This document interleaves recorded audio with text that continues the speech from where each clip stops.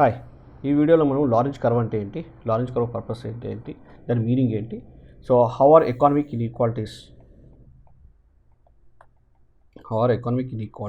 Are measured using Lorenz curve చూస్తాం. తర్వాత will just also look into Gini coefficient అంటే ఏంటి, దాన్ని ఎలా మెజర్ చేస్తారు, దాని మీనింగ్ ఎట్లా, how to interpret it.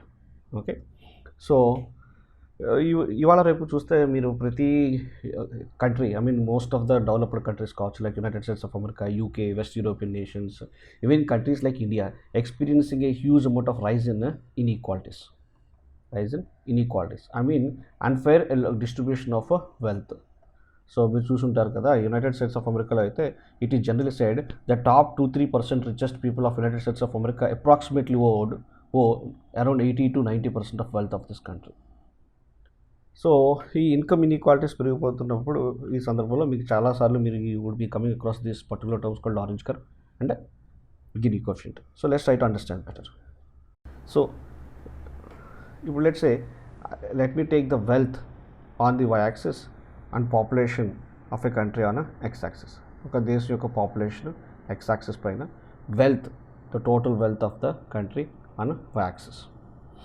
So let's say on x-axis that this corresponds to 10% of population, 20% of population, 30% and a cumulative distribution of population. So ఇట్లా ఉందనుకుందాం. Similarly y-axis పైన కన్నా క్యూములేటివ్ డిస్ట్రిబ్యూషన్ ఆఫ్ వెల్త్ అంటే 10% wealth అని, ఇది 20% of wealth, 30% wealth, అట్లా 100% of wealth is the maximum point and 100% of population. So ఏదైనా ఒక దేశంలో if there is a perfect distribution అంటే ఒక సరి సమానంగా, అంటే wealth equal proportion of population, అంటే certain amount of wealth is with the same proportion of population, అంటే 10% of wealth is amount 10% of population, 50% of wealth is own by 50% of population. అంటే ఒక wealth అంటే ఆ దేశం యొక్క సంపద సమానంగా డిస్ట్రిబ్యూట్ జరిగితే దాన్ని ఒక పర్ఫెక్ట్ ఈక్వల్ సొసైటీ అంటాం, సొసైటీ విత్ పర్ఫెక్ట్ ఈక్వాలిటీ అంటాం. సో మీరు ఆ పర్ఫెక్ట్ ఈక్వాలిటీని ఈ పర్టికులర్ గ్రాఫ్లో రిప్రజెంట్ చేయాలంటే ఎలా రిప్రజెంట్ చేస్తారు? జనరల్గా ఈ x=y లైన్ ద్వారా రిప్రజెంట్ చేయొచ్చు. అంటే x=y లైన్ ఎందుకన్నాం, ఈ పర్టికులర్ కర్వ్ పైన ఏ పాయింట్ తీసుకున్నా సరే the corresponding point on x-axis is equal to the corresponding point on y-axis. దానికే x=y అన్నాం. దీన్నే మనం ఏమంటామంటే పర్ఫెక్ట్ ఈక్వాలిటీ కర్వ్ అంటాం. దీన్ని పర్ఫెక్ట్ ఈక్వాలిటీ కర్వ్ అంటాం. అంటే ఇలా ఏదైనా ఒక పర్టికులర్ సో ఏదైనా ఒక కంట్రీలో wealth certain proportion of wealth is distributed among the same proportion of population, then the economy is said to have perfect equality. But in reality this is not how is the wealth distributed. So just say imagine ఇండియాలో చూస్తే మనకి the distribution of wealth among its population మనం plot చేస్తే ఆ curve ఇలా వచ్చింది అనుకుందాం. Okay, so ఇది ఇండియాకి this is with respect to India. How the wealth is distributed among the population. Let's say this is the curve with respect to యూఎస్ఏలో wealth ఎలా డిస్ట్రిబ్యూట్ అయిందో నేను ప్లాట్ చేస్తే ఆ కర్వ్ ఇలా ఉందనుకుందాం. Okay, so imagine this is with respect to Pakistan. అంటే మీకు ఈ కర్వ్ అంటే ఏంటి? Okay, so how is this different from perfect equality curve అంటే నేను ఈ పర్టికులర్ పాయింట్ తీసుకుంటాను, ఈ పాకిస్తాన్. ఈ పర్టికులర్ పాయింట్ తీసుకుంటే the corresponding value on y-axis ఎంత ఉందండి? 30%. This point represents 30% of wealth. And if you take the corresponding point on x-axis, it corresponds to let's say approximately some 70% of population అనుకుందాం. అంటే దీని meaning ఏంటి? ఈ point యొక్క meaning ఏంటి? 30% of wealth is among 70% of population. అంటే 170 మంది దగ్గర చూస్తే వాళ్ళ దగ్గర ఉన్న వెల్త్ ఆ దేశం యొక్క 30% of wealth. The rest of 70% wealth is among the rest of 30% of people. అంటే 70% వెల్త్ 30% దగ్గర ఉంది, the rest of 30% of wealth is worth among 70% of people. Versus ఇండియాలో చూస్తే మీరు అదే కరస్పాండింగ్ పాయింట్ చూస్తే నాకు ఇండియాలో ఏముందండి, 30% of wealth is with around some 45% of population, the rest of 70% wealth is with the rest of 55% population. So పాకిస్తాన్తో చూసుకుంటే ఇండియాలో relatively fair distribution of wealth ఉంది, అంతే కదా. ఎందుకంటే వీళ్ళు ఇక్కడ మీరు చూస్తే 70% wealth is only with 30% of Pakistani people. But మనకి చూస్తే ఇక్కడ 30% with around 45% of people and the rest of 55% of people own the rest of 70% wealth. So మీరు ఇక్కడ ఈ పర్టికులర్ కర్వ్స్ చూస్తే మీకు ఈజీగా ఒకటి అర్థం కావచ్చు ఏంటంటే the farther the curve is from the perfect equality curve, the more is inequalities. అంటే పర్ఫెక్ట్ ఈక్వాలిటీ కర్వ్ ఏ లారెంజ్ కర్వ్ అయితే ఏ లారెంజ్ కర్వ్ అంటే మీరు ఓకే ఈ పర్టికులర్ కర్వ్ ఏదైతే ఉందో దీన్ని మనం లారెంజ్ కర్వ్ అంటాం. అంటే Lorenz curve is the curve that depicts how the wealth is distributed among the population. Lorenz curve is the curve that depicts how the wealth is distributed among the population of that respective country. So ఇది Lorenz curve of India, ఇది Lorenz curve of USA and this Lorenz curve of Pakistan. So economic inequalities ఏ దేశంలో ఎక్కువ ఉందని ఎలా తెలుస్తుంది అంటే the farther the curve, the Lorenz curve is from the perfect equality curve, the more is the inequalities in that respective country. So out of India, USA, Pakistan, which country has more inequalities?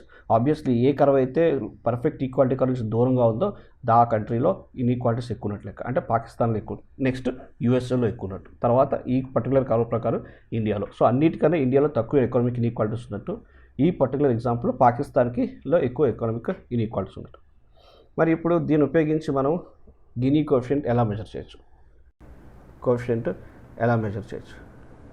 Guinea coefficient ఎలా measure చేయొచ్చు అంటే మీరు ఇప్పుడు same let me draw the same curve. So this is how the wealth population and this is the wealth, okay, and this is what I call a perfect equality curve, and this is the large curve of India, this is the large curve of USA, and let's say this is the large curve of Pakistan, large curve of India, large curve of USA, large curve of Pakistan. So ఇప్పుడు Gini coefficient అంటే ఏంటంటే Gini coefficient is measured using a very small simple formula. So Gini coefficient of a particular country, let's say country X, is given by a formula small ax given by capital A. Capital A అంటే ఏంటి చూద్దాం first. Capital A అంటే the area below the 45 degree line or the area below this perfect equality curve. అంటే మీరు ఎగ్జాంపుల్లో చూస్తే the total area below this 45 degree line, okay, the మొత్తం ఏరియాని capital ఏతో మెజర్ చేస్తాం. ఓకే, సో ఈ మొత్తం ట్రయాంగిల్ ఏరియా ఏదైతే ఉందో దీన్ని మనం ఓకే క్యాపిటల్ ఏ అంటాం, విచ్ ఇస్ కాన్స్టెంట్ కదా, ఎందుకంటే ఇది irrespective of the country this area remains constant. Then what is small a? Small a corresponds to the area between the perfect equality curve and the Lorenz curve of the respective country. అంటే ఇప్పుడు Gini coefficient of India measure చేస్తాం అనుకోండి, so ఈ ఏరియాని మనం తీసుకుంటాం, అంటే Lorenz curve of India and the area between the perfect equality curve. So Gini coefficient of India measure చేసేటప్పుడు ఈ ఏరియాని తీసుకొని దీన్ని we represent as small a x. అర్థమైందా మీకు? సో ఇప్పుడు మీరు అదే పాకిస్తాన్కి మెజర్ చేయాలంటే ఏం చేస్తాం, the area between the perfect equality curve and the Lorenz curve of the country that is Pakistan. So ఈ పాకిస్తాన్కి అంటే ఈ మొత్తం area this corresponds to the small AX for Pakistan. So ఈ మొత్తం ఏరియాని ఓకే స్మాల్ ఏఎక్స్ అంటాం with respect to Pakistan. So ఇండియాకి వస్తే Lorenz curve of India and the area between the perfect equality curve. So ఈ ఏరియాని మనం స్మాల్ ఏఎక్స్ అంటే okay this is with respect to India, this is with respect to Pakistan. So మీరు దీన్ని బట్టి చూస్తే అర్థం అయి ఉంటుంది మీకు. Okay, so the farther the Lorenz curve more would be the a. అంటే if the curve is moving towards this direction what happens to small a, it keeps increasing. And okay ఎంతవరకు పెరగచ్చు, until small a tends to capital A. అంటే ఈ curve అనేది ఈ డైరెక్షన్లో move అయితే maximum small ఏ అనే వాల్యూ ఎంతవరకు అవ్వచ్చు అంటే మ్యాక్సిమం క్యాపిటల్ ఏ అంత అవ్వచ్చు. అదే ఒక ఎకానమీలో ఇన్ఈక్వాలిటీస్ అని తగ్గుతూ వస్తున్నాయి. Okay, the wealth is fairly distributed among the population. అలాంటప్పుడు ఏమవుతుంది, ఈ లారెంజ్ కర్వ్ అనేది this moves towards the perfect equality line. So when the curve moves towards the perfect equality line small A value అవుతుందండి zero అయిపోతుంది. ఎందుకంటే ఈ curve ఎప్పుడైతే ఈ కర్వ్ పైన ఓవర్లాప్ అయిందో the area between these two curves would become zero. ఎందుకు, ఆ పర్టికులర్ కంట్రీలో వెల్త్ డిస్ట్రిబ్యూషన్ అనేది బెటర్గా ఉంది కాబట్టి the distance or the area between the perfect equality curve and Lorenz curve keeps decreasing. So small ఇప్పుడు మీరు చూసుంటే గినీ కోఎఫిషియంట్ యొక్క రేంజ్ ఏమవుతుంది 0 to 1 అనమాట.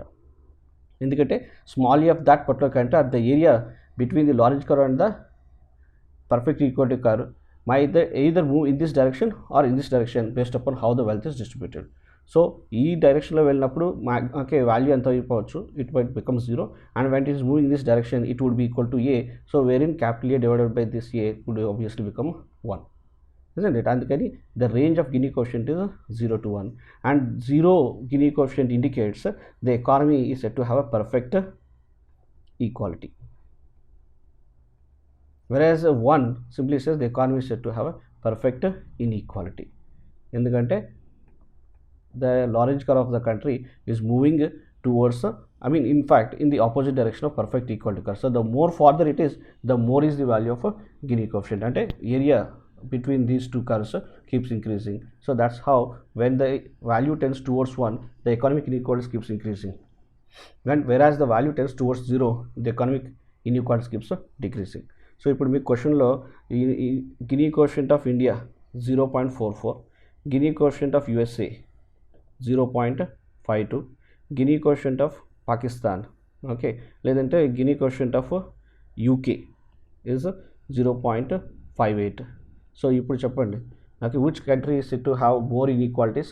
The one with the highest Gini coefficient, which is okay in the direction. So, and the country with less inequality seems to be the country which has relatively lesser amount of Gini coefficient value, that is India. So మీకు చూస్తే ఇండియాకి మనకి యూకేకి మధ్యలో ఉన్న Gini coefficient, that's USA. So I think you understood what was. Thank you.